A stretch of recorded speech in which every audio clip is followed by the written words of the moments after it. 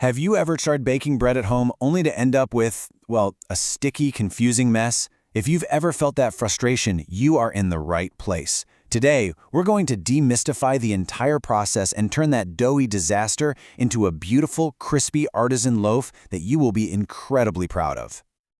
You know the feeling, right? You have this picture in your head of a perfect golden brown loaf. The crust is crackly, the inside is soft, but the reality, it's often a dense brick that could prop open a door. Or maybe it's got a soggy bottom, or it just deflated into a sad little pancake. If any of that sounds familiar, stick around. We're about to change all that. So, here's our game plan for today. We're going to start with your simple kit, then we'll dive into mastering the dough. After that, we'll tackle all those common problems, and we'll wrap up with how to get that perfect artisan finish. Let's jump right in. Okay, Section 1, your simple starting kit. This is all about the foundation. And let me tell you, the best news is you do not need a bunch of expensive professional-grade equipment to make amazing bread at home. I mean, at its core, bread is just these four things: flour, water, salt, and yeast. That's it. The real magic, the thing that separates a good loaf from a great one, isn't about adding a million other ingredients. It's all about technique and how you handle these four simple things. And speaking of simple, let's talk tools. You can forget all the fancy gadgets you see online, at least for now.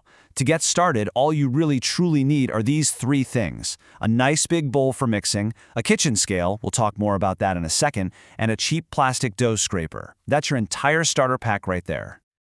All right, listen up, because if you take one single thing away from this section, make it this: a digital kitchen scale is non-negotiable. Seriously, baking is chemistry, and weighing your ingredients instead of using measuring cups is the secret to getting consistent, fail-proof results time after time. It's a total game changer.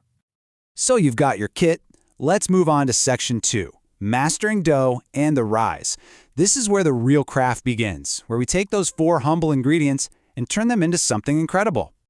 Now, the life of a dough has 6 key stages, all the way from the initial mix to that final glorious bake.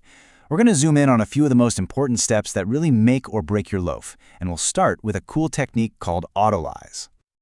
I know, autolyse sounds super fancy, but it's actually a baker's best-kept secret for being kind of lazy. All you do is mix your flour and water together. That's it, just flour and water, and let it sit for about 30 minutes before you add anything else or start kneading. This simple rest period jumpstarts gluten development all on its own, making your dough stronger and way easier to work with.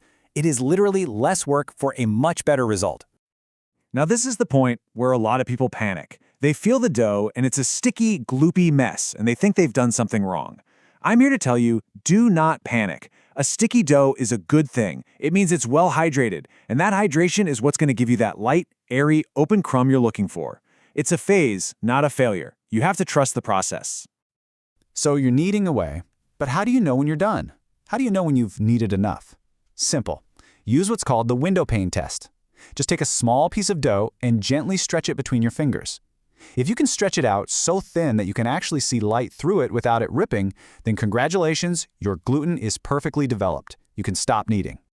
And here's another super simple but critical test for later on, after you've shaped your loaf. It's called the ripe test. How do you know when it's ready for the oven? Just gently poke it with a floured finger.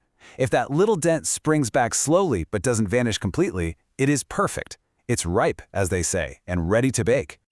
Okay, it's time to play doctor. For Section 3, we're doing some bread SOS, and we've got some expert advice from the fantastic Great British Bake Off finalist, Luis Troyano.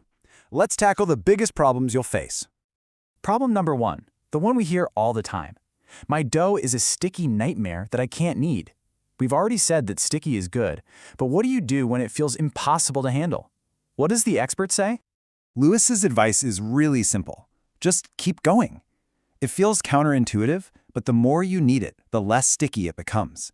You're developing a skin on the dough. That's the gluten network forming, and it will transform from a sticky mess into a smooth, glossy ball. Be patient. And remember that plastic dough scraper? It's your best friend here.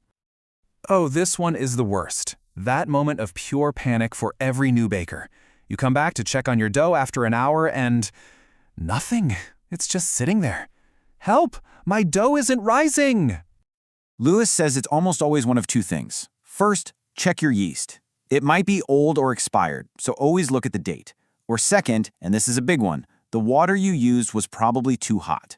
Water over about 115 degrees Fahrenheit will literally kill the yeast. So you want to use warm water like what you'd use for a baby's bath, not hot water. And here's a little cheat sheet for that ripe test we talked about. Think of it like Goldilocks. If you poke the dough and the dent pops back right away, it's underproofed. It needs more time. If it springs back super fast or the loaf deflates, it's overproofed. But if it springs back nice and slow, it's just right. Time to get it in the oven. And what about that final soul-crushing disappointment?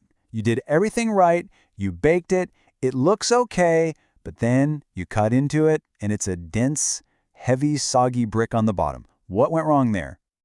Well, according to Luis, the villain here is usually a lack of bottom heat. To get that nice, crisp bottom crust and avoid sogginess, you have to bake on a super hot surface. The best way to do that at home is with a preheated cast iron Dutch oven or a heavy casserole pot. That intense heat from below makes all the difference. Which, brings us perfectly into our grand finale. Section 4, the perfect artisan finish. This is where we put it all together and create the masterpiece. So here it is, the ultimate hack for home bakers, the casserole pot method. You preheat that pot in the oven until it is screaming hot. Then you bake with the lid on for the first part. This traps steam, which lets the bread expand dramatically. That's called oven spring. Then you take the lid off for the last bit of baking to get that deep, golden, super crispy crust. And if you want to be 100% sure your bread is perfectly cooked all the way through, no gummy center, here's the pro move. Use an instant read thermometer. For a great artisan loaf, you're looking for an internal temperature right around 205 to 210 degrees Fahrenheit. It takes all the guesswork right out of the equation. And there you have it. That is the blueprint. You now have the tools, the techniques, and the troubleshooting tips to take 4 incredibly simple ingredients and turn them into a work of art. The only question left is, what's your signature loaf going to be?